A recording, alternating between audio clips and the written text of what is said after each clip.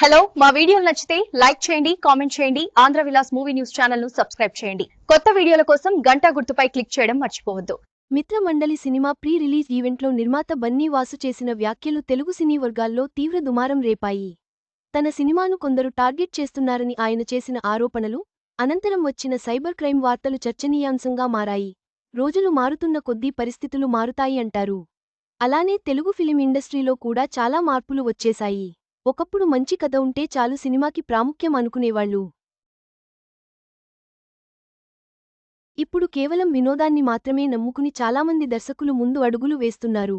జాతిరత్నాలు cinema దగ్గర నుంచి మొదలుపెడితే మొన్నటి వరకు వచ్చిన లిటిల్ హార్ట్స్ వరకు ఈ సినిమాల్లో ఎక్కువ శాతం వినోదానికి పెద్దపీట వేశారు. అదే తరహాలో చాలామంది యంగ్ డైరెక్టర్స్ కేవలం ఫన్ మాత్రమే రాయడానికి ఇష్టపడుతున్నారు. అదే తరహాలో వస్తున్న సినిమా మిత్రమండలి.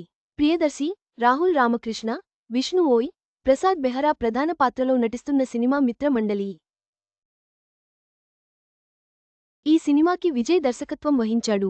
ఈ సినిమా దీపావళి కానుకగా అక్టోబర్ 16న ప్రేక్షకులు ముందుకు రానుంది. ప్రముఖ నిర్మాత బన్నీ వాసు ఈ సినిమాని నిర్మించారు. ఈ సినిమా రిలీజ్ సందర్భంగా నిన్న పెట్టిన ప్రీ రిలీజ్ ఈవెంట్లో బన్నీ వాసు మాట్లాడిన మాటలు తీవ్ర దుమారాన్ని రేపాయి. కావాలనే తన సినిమాని ఎవరో టార్గెట్ చేస్తున్నారు అని మాట్లాడటం హాస్యాస్పదంగా అనిపించింది.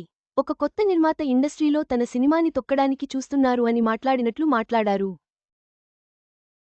కొద్దిసేపటి తర్వాత సైబర్ క్రైమ్కి కంప్లైంట్ చేసినట్లు, ముగ్గురుని అదుపులోకి తీసుకున్నట్లు కూడా వార్తలు వచ్చాయి. కానీ ఇండస్ట్రీలో వినిపిస్తున్న సమాచారం ప్రకారం మిత్రమండలి అనే సినిమాలో ఏమీ లేదని, ఆ సినిమా సక్సెస్ అయ్యే అవకాశాలు చాలా తక్కువ కాబట్టి, రేపు పొద్దున్న సినిమా కొనుక్కునే డిస్ట్రిబ్యూటర్లు వచ్చి అడిగితే, మన సినిమా పైన ఎవరో కావాలనే నెగిటివిటీ స్ప్రెడ్ చేశారు కాబట్టి ఊహించిన సక్సెస్ సాధించలేదు అని డిస్ట్రిబ్యూటర్లకు సమాధానం చెప్పడం కోసమే బన్నీ వాస్ ఈ స్టంట్ చేశారు అనేది కొంతమంది సినిమా ప్రముఖుల అభిప్రాయం. దీపావళి కానుకగా మొత్తం 4 సినిమాలు బాక్సాఫీస్ వద్ద పోటీ పడుతున్నాయి. వాటిలో మిత్రమండలి ఒకటి. గతంలో లిటిల్ హార్ట్స్ సినిమా విడుదలైనప్పుడు క్రిష్ జాగర్లమూడి దర్శకత్వంలో వచ్చిన ఘాటీ సినిమా కూడా విడుదలైంది.